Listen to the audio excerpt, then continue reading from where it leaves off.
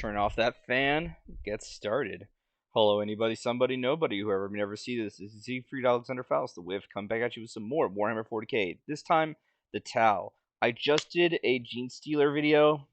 I'm unsure if I'm going to upload it, because I'm really hoping I could craft a souped up Tyrannid Gene Stealer list that's going to be better than pure Gene Stealers, because, yeah, so expect that will probably be a thing.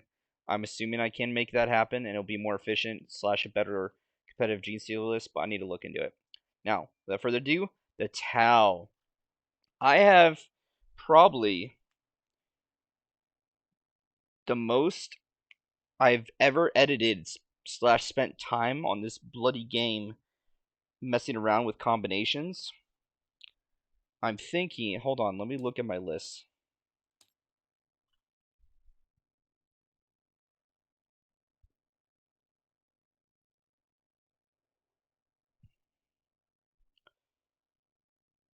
Yeah, honestly, the two I've spent the most time on by far is Sisters and Tau. Possibly the Tau. The lists have gone through many phases of editing, changes with stuff that comes out, including Armor of Contempt, which, until yesterday, was the reason I actually changed this list. I had a different list with Storm Surges, but because while the missiles, whatever the hell they're called, the Smart Missile System, yeah, the nerf to non-guard hurt them, but if you can see the target, it doesn't really matter anyway. And Storm Surges, I think, are not given the respect that they deserve for how good they are. But more so just because of the Armor Contempt. I like this list. I've built this list before, and I feel like it's even stronger now. It has little starting CP, but you crush your opponents, so it doesn't matter. Like, ooh, you reroll one save, command reroll. That is a waste. I'd rather get far more damage output. Okay, so without further ado, this is the Tau list. You'll see 3 naughty hammerhead gunships, of course, with the railgun, because toxicity. And then it doesn't say it here, but it actually has 2 pulse carbines because it has 2 docked drones. So the drones are part of this model. They are docked. You have to go through the drone rules if you want to go through undocking, etc. But they are currently docked onto the model, and so it's got 2 pulse carbines attacks. Yeah, and then they each come with 2 seeker missiles, but you can only shoot 1 per round. It's got 4 tetras. Now the tetras are meant to either guard your plasma rifle coldstar battlesuit or the coldstar battlesuit with fusion blasters. And you'd say, wait, Zeeg, Whiffed, Kevin, you can't run 2 coldstars / crisis suit battlesuit commanders. You can, 1 per detachment. So this is 2 detachments. This is where it gets expensive. You got a spearhead, and then you got a vanguard. The vanguard is the mighty 3 Tau Flamer spam on each of these crisis suits. Now, you might be shaking your head, etc., but let me finish. Each of these comes up to 330 points. Totaled up, that's 990. So you can deep strike all of these and declare Montka, and then round 2, you're going to be within 12, which will let a bunch of things happen. 1, you get reroll wounds against your closest target. So they'll each just target the closest target, and then they'll get the reroll wounds of 1. It doesn't matter about marker lights, because you're always hitting. The marker lights are just for the hammerheads, because the commanders have a 2 up. So if they want to focus down the tetras instead of all the rest of your army, good trade. It'll be unfortunate for your hammerheads, which will be less likely to hit, but that ain't too shabby. Now, very small list. It is 2 Coldstar commanders, each with 1 shield drone, 1 with 4 rifles, and the other with 4 fusion blasters, and Omega Gauntlet, aka 1 punch man. More like, I think, 3 to 4 punch man attacks.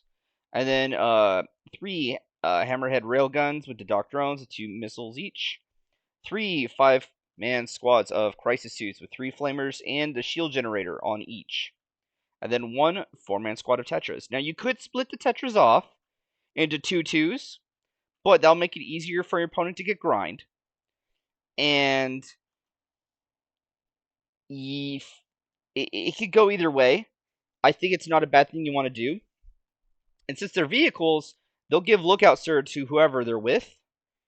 Um, I just feel like 4 is like your rifle is going to be with these guys, so the 4 could be traveling around with the other one.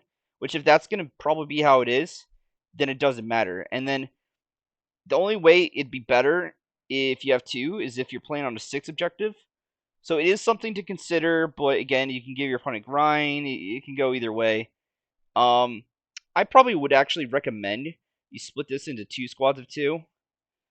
I think that would be better. I'm just hesitant to do it personally, so I'd leave that up to player's choice. I'll probably do it.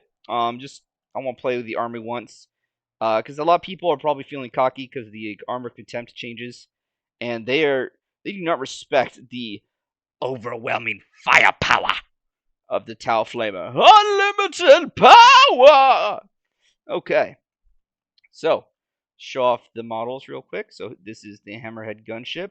I like that if you run Long Strike, it's the same model. There's just a little blue dude, just hanging out there. Like, he makes it better by being susceptible to a sniper. Coldstar with the plasma rifle. I'll go over their individual changes for each of the commanders. One with the fusion blasters, and then he's got one punch equipped. The tetras, which a lot of people don't understand. Look out, sir. If you have a vehicle, the vehicle can have 1 wound or something. And if as long as it counts as a vehicle, it will give you lookout, sir. So these tetras, that's why you could have 2 things of 2, and they will actually defend your commanders. But I really don't want my opponent hitting them the first round. So again, I might split them up just to give them some more chances to get cover, because a 4-man will be harder to hide than a 2-man. But they do move 18 inches, etc. The thing with marker lights, while marker light is now in action and overall kind of superior to how it was, barely, it's at the beginning of your movement phase. So you need to be able to see your opponent with the scout speeders. Otherwise, you get no marker lights. So you just need to have them be far back, but still in the range. Which, if your opponent is smart, then they can just move back, etc. Then you get no marker lights, which makes your hammerhead suck. But you know what? If that's how they're going to play turn 1, then alright, that means your stuff is safe, and you can bring in the damage turn 2. The crisis suits. And the little shield drone boy. It's going to be on beep boop beep up.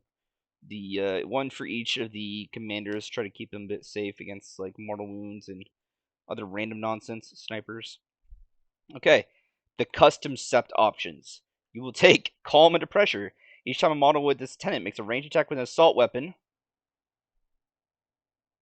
Assault. Add 1 to the strength characteristic of that attack. So now these are all strength 5.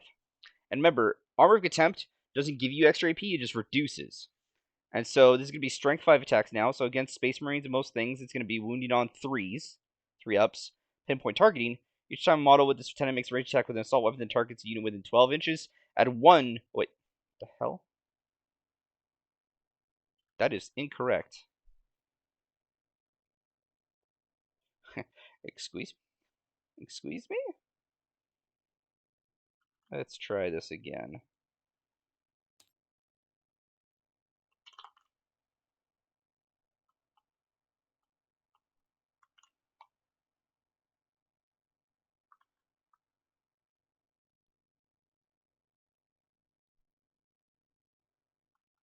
Let's try it again for a 3rd time.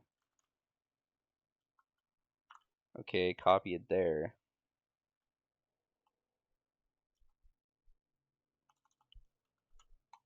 There. The target does not receive the benefit of light cover. So against Space Marines, they're going to save on 3 ups, which is still good. That 3 up ain't bad. 60+% chance of the time you're going to make your save. But again, this is insane volume. For the cost efficiency, it's probably one of the highest volume-based models in the game. On average, and especially when you roll high. It is just absurd. So, again, let's just make a quick demonstration for this. I haven't lost once with this yet, but people think it's bad. It makes me upset. Okay. So, each of these, just because it'll save time. Ooh, bad roll. But let's average this out. And then 1, 3, 5, slightly below average. This is going to be 51. Okay. So that's going to be 51 shots. You're like, oh, alright. Now, it's +2 for each weapon. So that's going to be one guy.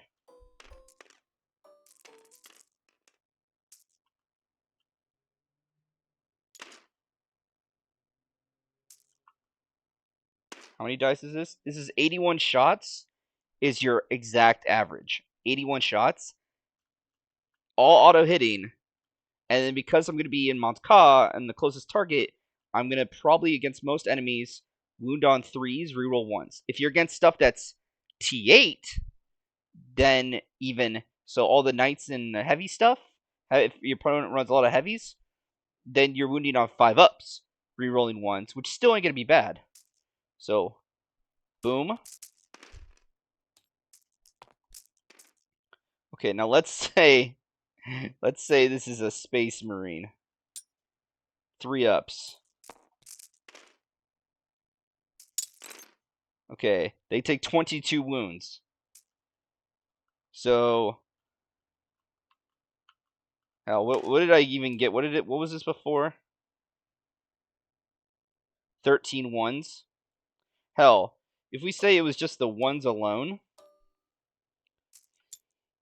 then that's going to be how many? 1 dead Terminator, 2 dead Terminator, 3 dead Terminator, 4 dead Terminator. And then you're going to do that 2 more times because you have 2 more squads. So on average, that's 12 dead Terminators. And then, what? Let me just pull up something like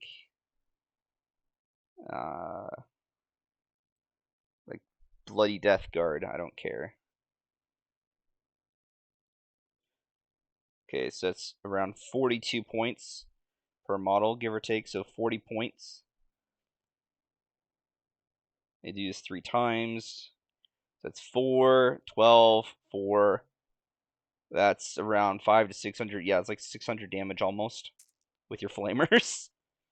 And then that's, you still have your 2 coldstars, your tetras, and your railguns. Against harlequins, this is AIDS. Biggest harlequin weakness is mortals are high volume, but it's hard to get an army with high volume while still being efficient. And again, these guys are in deep strike. Your opponent will not stop you from doing this. It will happen. Turn 2. And then you can either play defensive. Well, you'll probably play defensive as much as you feel like you need to with the hammerheads, etc. This army, I feel like, is the best Tau one right now. Now, technically, you could have these be all tricked out as hybridized, how they're kind of supposed to be incentivized via the point system. So you give them like a rifle, a blaster, a fusion blaster, and something else. That's why you keep them all on points. They remain efficient. And then you can give them other buffs, etc. That's an option. I just feel like this is superior. You can also make one single squad and then super buff it with an ethereal. I'd say bring 6 guys, 4 shield drones, and then have the ethereal give it -1 to be hit and 5-up feel no pain. And you can just make them just super tanky. And you can make almost 2 squads of that if you really wanted. But you can't give all the buffs twice. And I feel like this wins out in more situations. Like, even if this army fought that army, I would just be content almost keeping this back. And then let them deploy first. And if they don't want to, then I will probably... It just depends on what they're running. Like, even then, I feel like this would just survive and do good. I don't know. It's just so bloody good. Like, I wouldn't mind running out Monka on them. Anyway, let me go over the coldstars. So this guy, the one with the rifle is going to be far range. He has Ghost Walks Among Us to give him -1 to be hit, because that will work even against the drone. So it's just for the unit. And then when he takes the damage, so you can give him -1 to be hit, and then you have the first save go to him.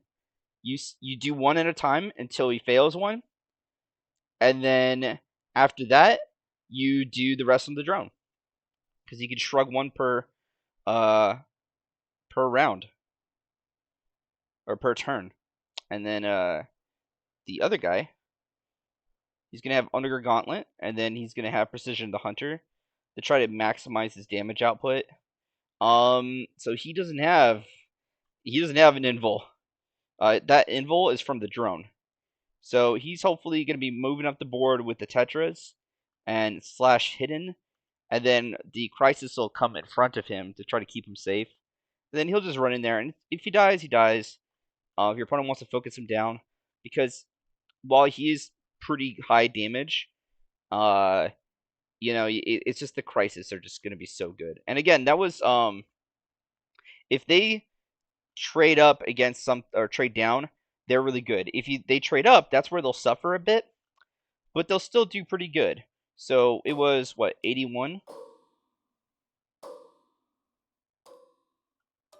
Okay, and then boop, reroll these, and if we say it's against a knight, 5 ups, 4 ups, if they so choose, 20 damage from one 5-man squad against a knight. Like, what is that crap? This is just insane, the amount of volume. I will die on this hill. It is so good. And you should get the jump of most of your enemies, because you're just gonna deploy almost all of these in your back line except for this Cold Star commander, which then you could still have him defended by tetras or keep him in the back line. You don't need to rush into combat. Just he can do nothing. Even 2 turns. It's gonna be okay.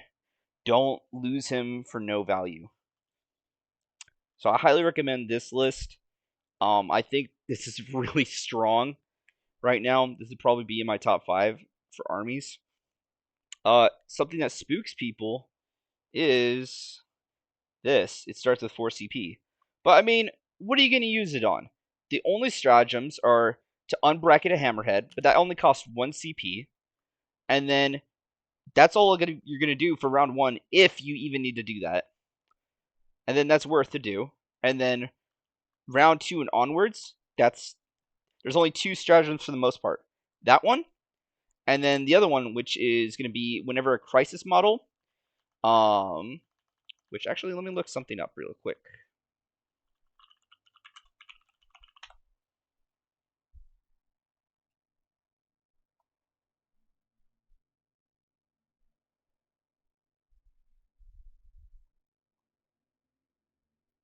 Okay, yeah.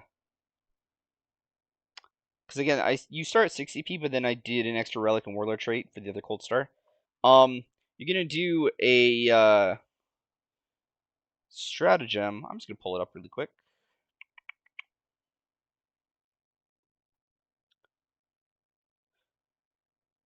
Focused fire. So, use it in your shooting phase when enemy model loses any wounds. Result attack made by a Tau set model, all of them. Then at the end of each phase, or hold on. Oh wait, no.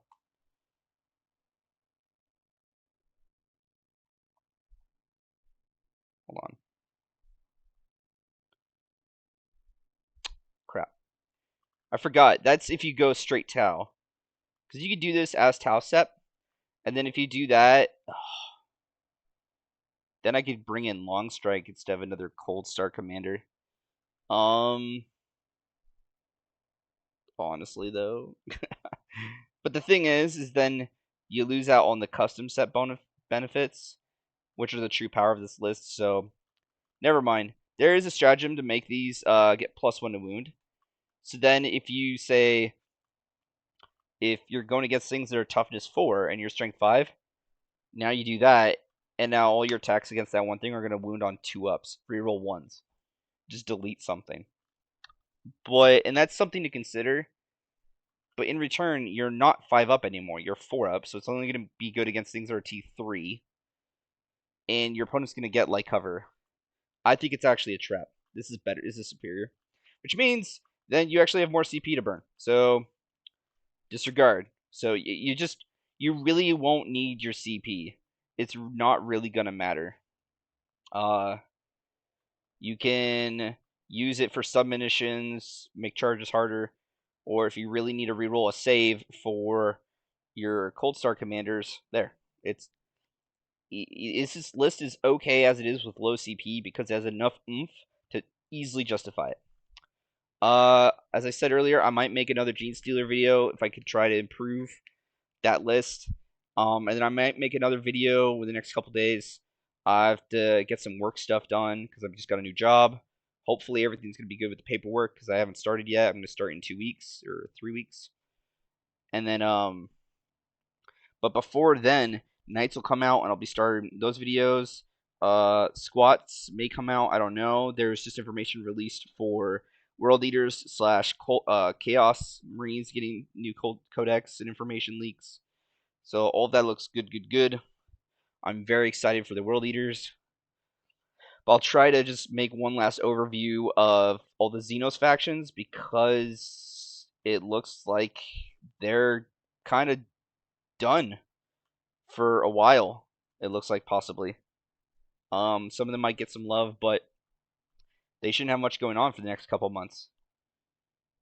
So yeah, without further ado, like, share, subscribe. If you have any questions, comments, concerns, complaints, compliments, advice, questions, etc., feel free to put it in the comment box below.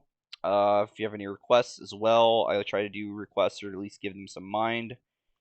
I'm not a big time streamer, but my information's here, and I'll try to reply to any comments best I can. Yeah. Have a wonderful day. Take care.